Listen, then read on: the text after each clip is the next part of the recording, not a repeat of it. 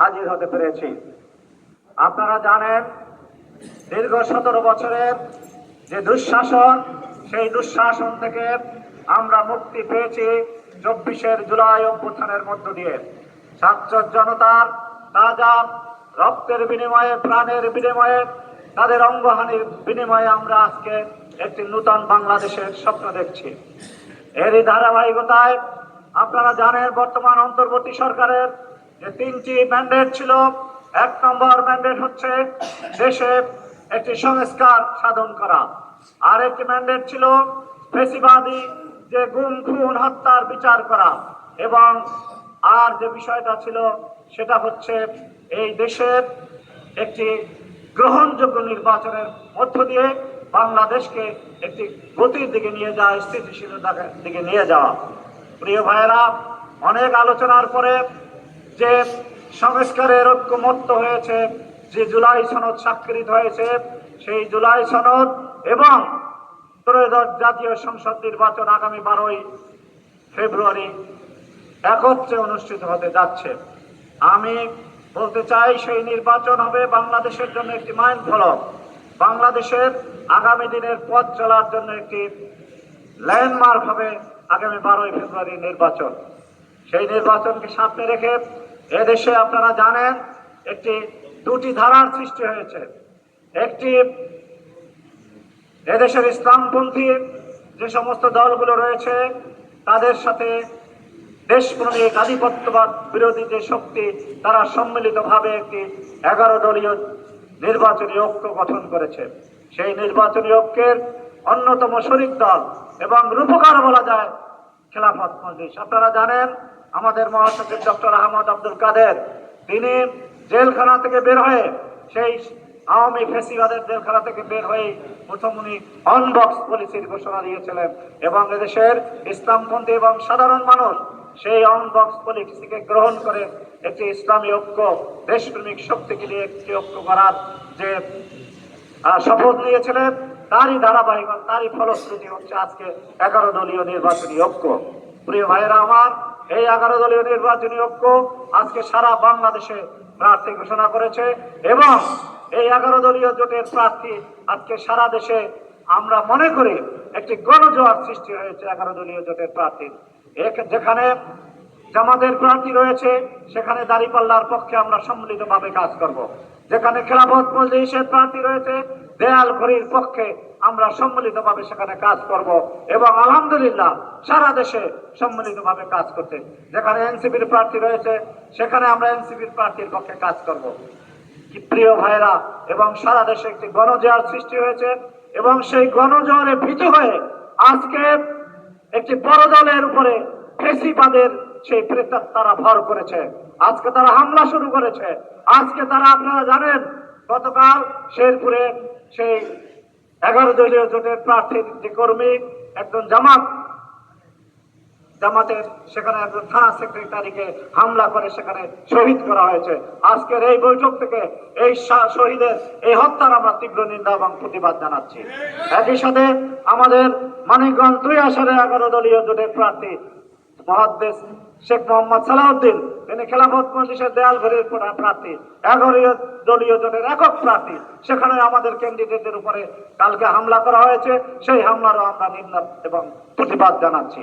প্রিয় ভাইয়েরা, পরবর্তী যে কথাটা আমরা বলতে চাই, আমাদের পূর্বে আমাদের সাইফুদ্দিন ভাই বলেছেন সারা দেশে 11 দলীয় জোটের একক প্রার্থী রয়েছে যারা, আমরা তারা সম্মিলিতভাবে কাজ করছি। একই সাথে এটা জোটের স্বার্থে, জোটের ঐক্যের স্বার্থে কিছু কিছু জায়গায় আমরা একমত হতে পারি নাই।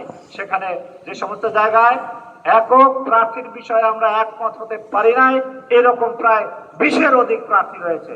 সেখানে কোন জায়গায় জামাত এবং খেলাফত মজলিস, কোন জায়গায় খেলাফত মজলিস এবি পার্টি, কোন জায়গায় এনসিপি খেলাফত মজলিস, এইরকম বেশ কিছু প্রায় 20টার অধিক আসন রয়েছে যেখানে আমাদের দ্বৈত ক্যান্ডিডেট রয়েছে। এবং তারই একটা অংশ হচ্ছে আজকে ঢাকা 20 আসন, এই ধামরাই আসন, এখানে এনসিপির একজন প্রার্থী রয়েছে এবং খেলাফত মজলিসেরও প্রার্থী রয়েছে আমাদের মুফতি আশরাফ আলী ভাই। উনি আমাদের খেলাফত মজলিসের প্রার্থী হিসাবে উনি জোটের দ্বৈত প্রার্থীর মধ্যে একজন প্রার্থী।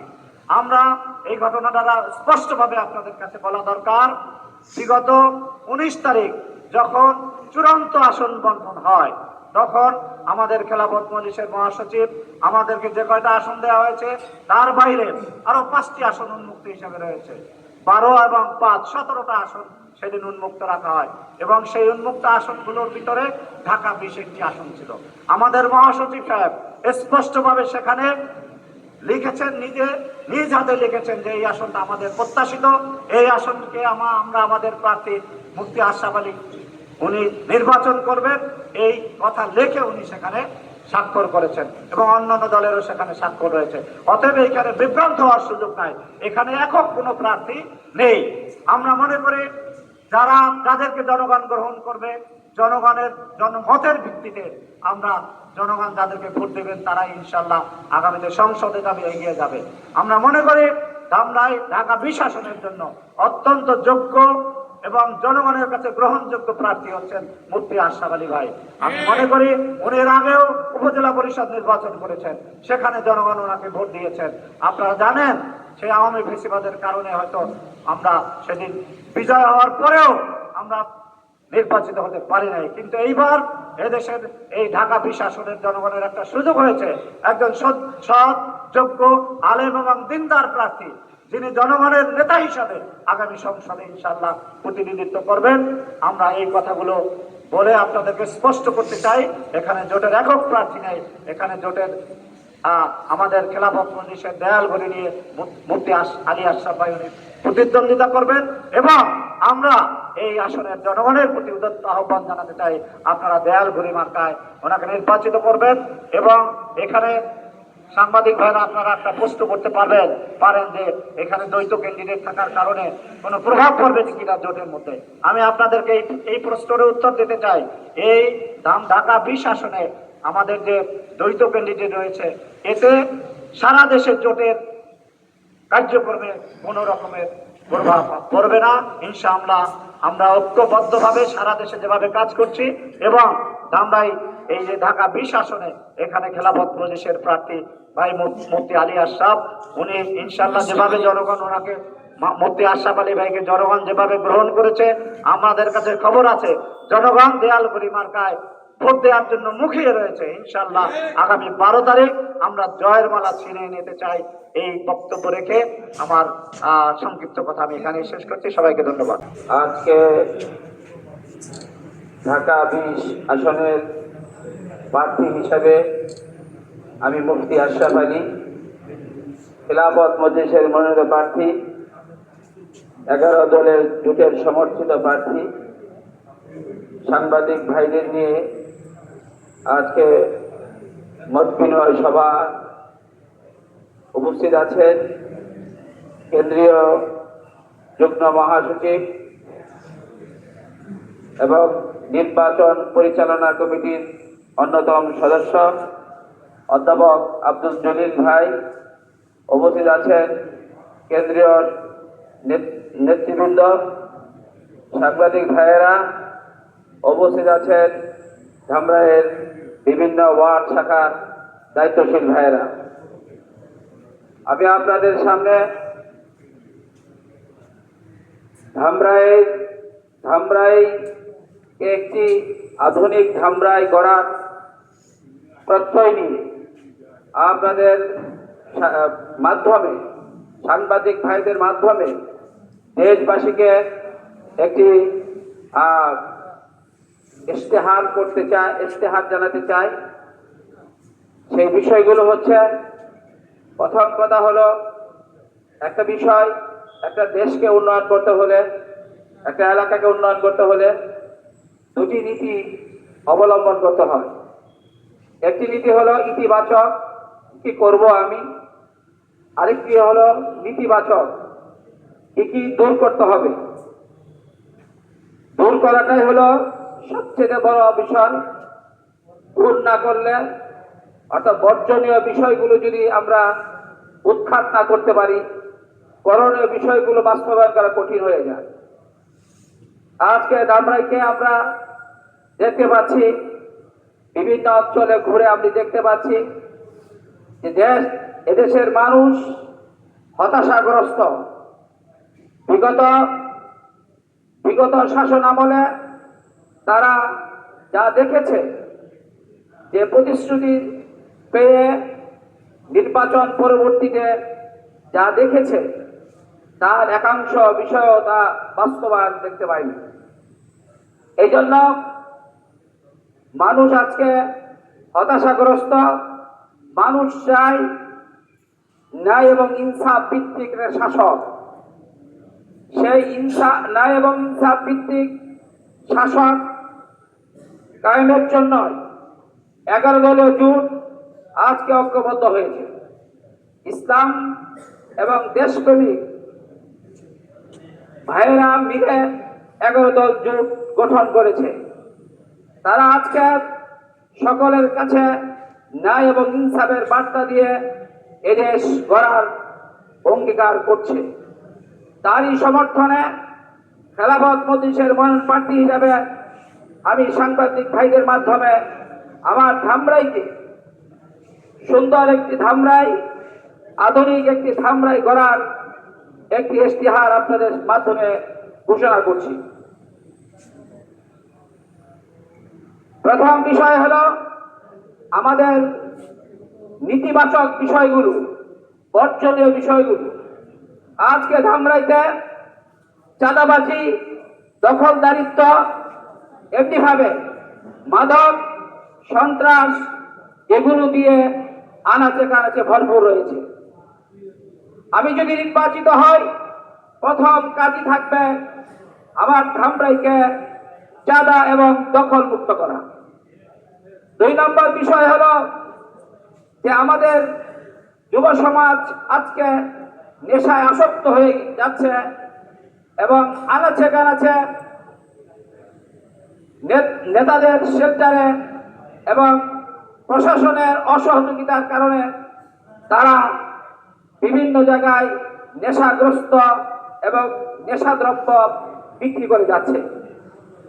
আমি যদি নির্বাচিত হতে পারি, তাহলে যুব সমাজকে বাঁচানোর জন্য এবং নবীন যে ছাত্রছাত্রী আছে তাদেরকে একটা আদর্শ মানুষ গড়ার জন্য যে বিষয়টি প্রয়োজন, সেটা হলো তাদেরকে নেশা মুক্ত জীবন করা। আমি ইনশাআল্লাহ যদি নির্বাচিত হতে পারি, আমার একটা প্রথম কর্মসূচি থাকবে এই ছাত্র ছাত্রী যুবক ভাইদেরকে নেশা মুক্ত করার প্রত্যাশা করছি এবং কার্যকর পদক্ষেপ গ্রহণ করবো ইনশাআল্লাহ। এবং কেন যুব সমাজ আজকে নেশায় যুক্ত হয়ে যাচ্ছে, সেই বিষয়টা খতিয়ে দেখতে হবে। আজকে বেকারত্বের অভিশাপ এর কারণে আজকে একটা ছেলে MA পাস করছে, BA পাস করছে, হাজার হাজার টাকা খরচ করে, কিন্তু তাদের চাকরি নাই। আমাদের যারা বিভিন্ন সময় ক্ষমতায় এসেছে, তারা বেকারত্ব দূর করার জন্য চাকরির প্রলোভন দেখিয়েছে। কিন্তু আফসোস এবং দুঃখের সাথে বলতে হয়, কোন সরকারি এই বেকারত্ব অভিশাপ থেকে যুব সমাজকে, শিক্ষিত যুবকদেরকে বাঁচানোর কোন পদক্ষেপ গ্রহণ করেনি, বরং তারা দলীয়করণ করেছে। যদি তারা দলের লোক হয়, দলীয় লোকদেরকে তাদের সেই কাজের মধ্যে লাগিয়েছে, চাকরি দিয়েছে, টাকার বিনিময়ে, উৎকুচের বিনিময়ে তারা আত্মীয়তা স্বজন প্রীতির দিয়ে তারা এই কাজগুলো করেছে। আমি যদি নির্বাচিত হতে পারি, 11 দল যদি ক্ষমতায় যেতে পারে, ইনশাআল্লাহ আপনাদের কাছে সাংবাদিক ভাইদের মাঝে আমার পুরা ধামরাইবাসীকে অবগত করতে চাই যে এই বেকারত্বের কারণ উদ্ঘাটন করে আমরা তাদের কার্যকর পদক্ষেপ গ্রহণ করব, যে তাদের কোন ঘুষ গুঞ্জাব ব্যতি রেখে, তাদের কোন দল মত নেই, স্বজন প্রীতি নেই, যারা যোগ্য মেধাবী তাদেরকে যাচাই বাছাই করে কোন ঘুষ ছাড়াই আমরা তাদেরকে চাকরির ব্যবস্থা করব ইনশাআল্লাহ। আমরা চাঁদা খাবো না, চাঁদা কাউকে খেতেও দেব না ইনশাআল্লাহ।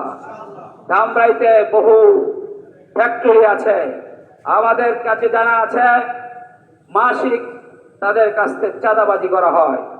আমরা ধামরাই সকল ফ্যাক্টরিদের সাথে বৈঠক করব এবং তাদের আশ্বস্ত করব যে আপনাদের 1 পয়সা চাঁদা দিতে হবে না।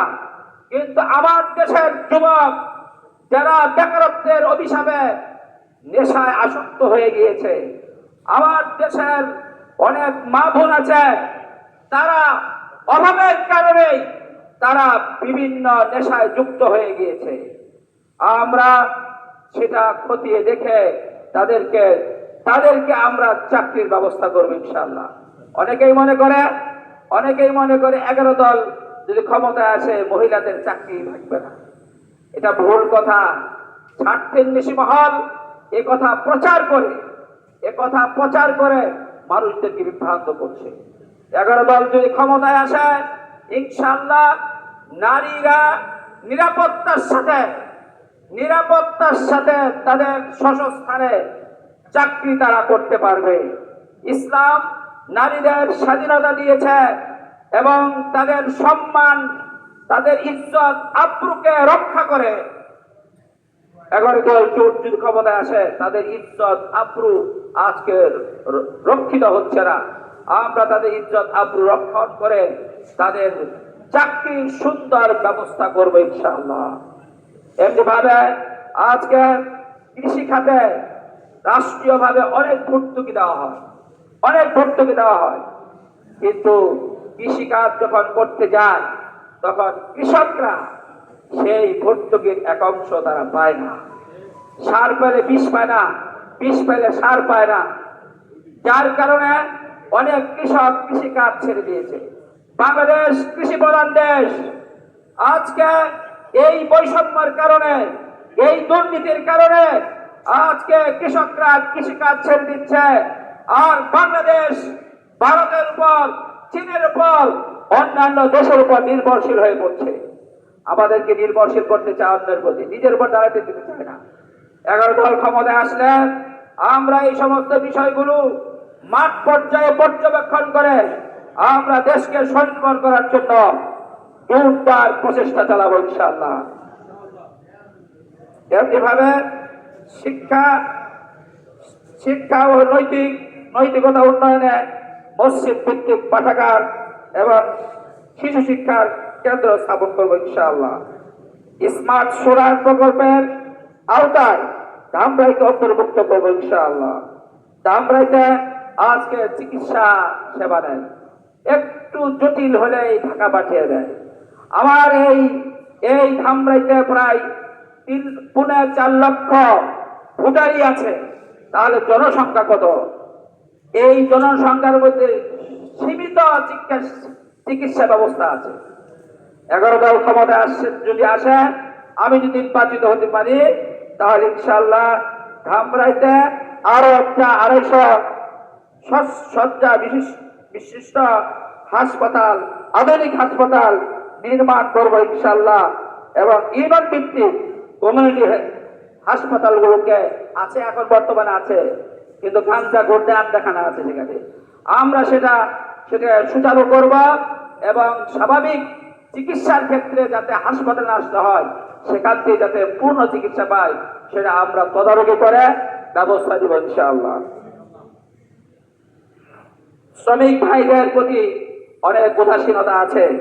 শ্রমিক ভাইদের আমরা ইনশাআল্লাহ দেশ ও বিদেশের জন্য দক্ষ শ্রমিক তৈরিতে কারিগরি শিক্ষা ও ভাষা শিক্ষার ব্যবস্থা করবে ইনশাআল্লাহ।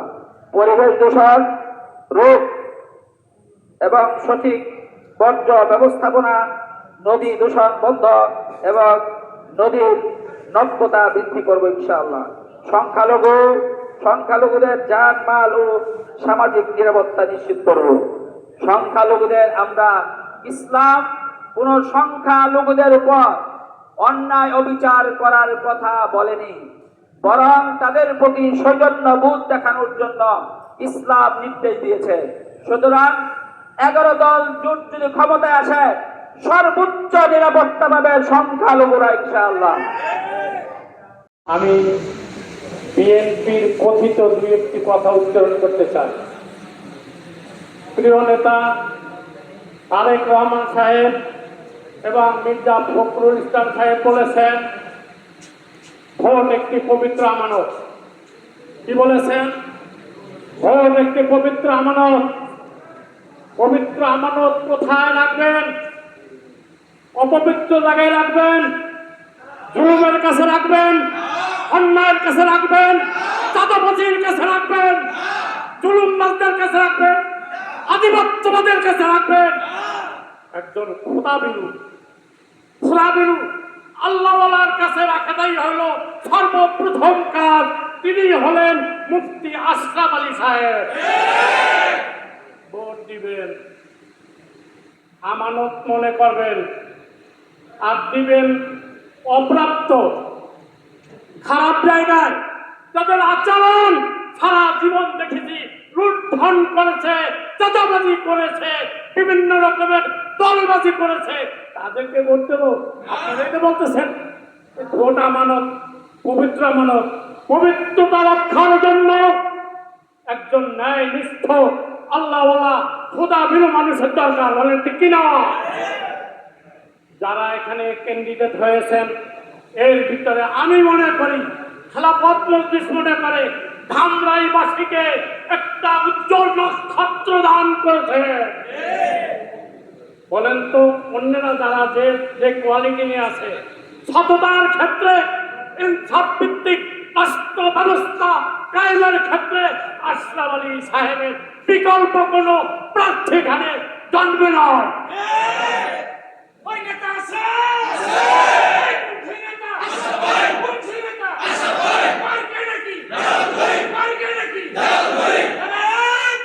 আমি ধন্যবাদ জ্ঞাপন করছি তারেক রহমান সাহেবকে। প্রিয় নেতা আমার, উনি বলেছেন তাহাজ্জুদের নামাজ পড়বেন। কি বলেছেন? ফজরের নামাজ পড়বেন। ভালো কথা না? এরপরে ভোট দেবেন, এই কথা বলছেন না? ভোট কাকে দেবেন সেইটা বলেন না। জুলুম, নির্যাতন, অন্যায়, অত্যাচার উৎখাত করার জন্য যাকে ভোট দিতে হয় সে হবে একজন ন্যায়নিষ্ঠবান ইনসাফ প্রতীক। তিনি হলেন মুফতি আশরাফ আলী সাহেব।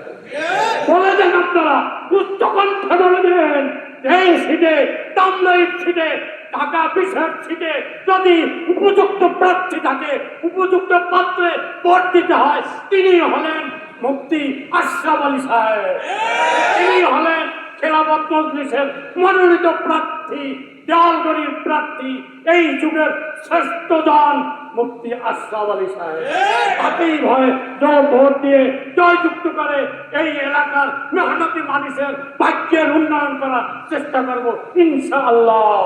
আল্লাহ পাক আমাদেরকে তৌফিক দান করুন। আখির দাওয়ানা আলহামদুলিল্লাহ।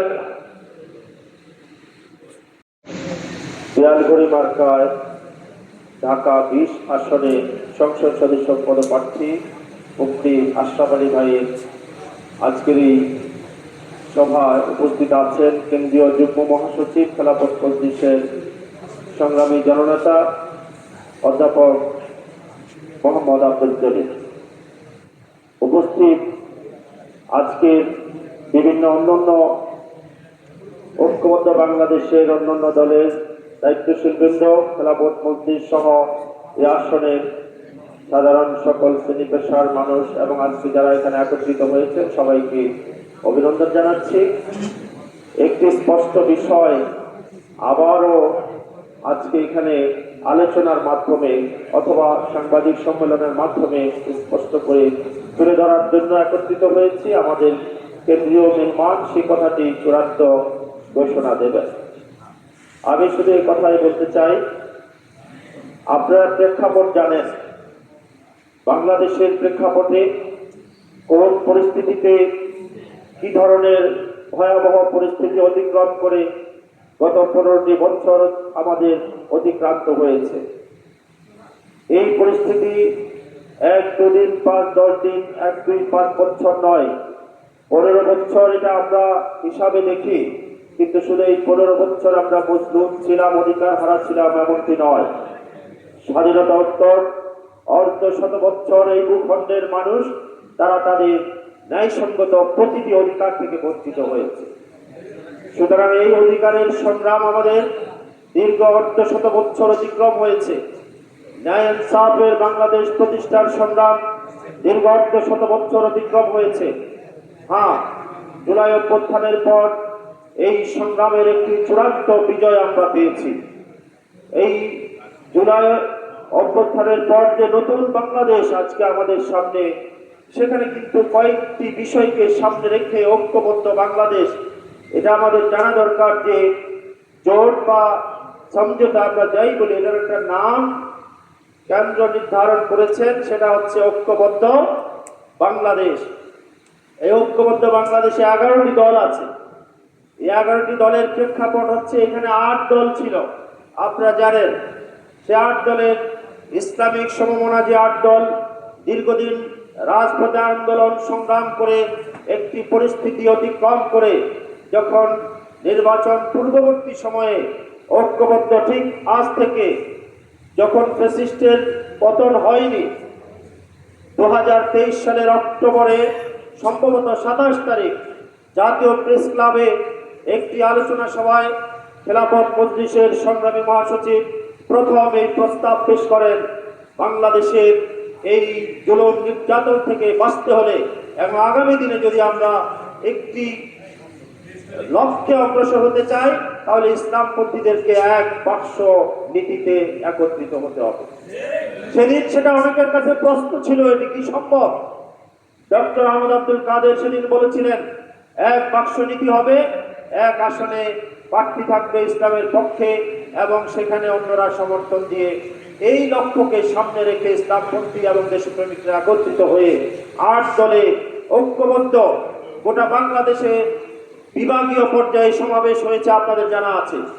সেই বিভাগীয় সমাবেশগুলোর মধ্য দিয়ে বাংলাদেশের প্রতিটি আনাচে কানাচে যে জোয়ার সৃষ্টি হয়েছে ইসলামের পক্ষে, সেই জোয়ারের সমর্থন জানিয়ে আরো কিছু দেশপ্রেমিক, আরো কিছু দল এই ঐক্যবদ্ধ বাংলাদেশ অর্থাৎ 8 দলের সাথে যুক্ত হয়েছে।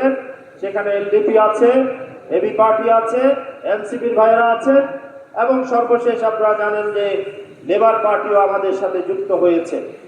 অতএব 11 দলীয় জোটের একটা সিদ্ধান্ত, প্রার্থী বাছাই কিভাবে করা হবে, সেই মৌলিক সিদ্ধান্তটা ছিল যেই প্রার্থীকে দিয়ে সেই আসনের, যার সাথে সেখানকার সাধারণ মানুষের সম্পর্ক আছে, যিনি সেখানে ন্যায় কল্যাণ এবং ইনসাফের পক্ষে, যিনি দীর্ঘদিন থেকে সে এলাকার মানুষের, প্রতিটি মানুষের হৃদয় জয় করেছেন এবং যিনি দীর্ঘ সময় থেকে জুলুম নির্যাতন উপেক্ষা করে সংগ্রামে রাজপথে ছিলেন, এই ধরনের লোক তিনি যে দলেরই হোক, তাকে সেখানে প্রার্থী নির্বাচন করা হবে।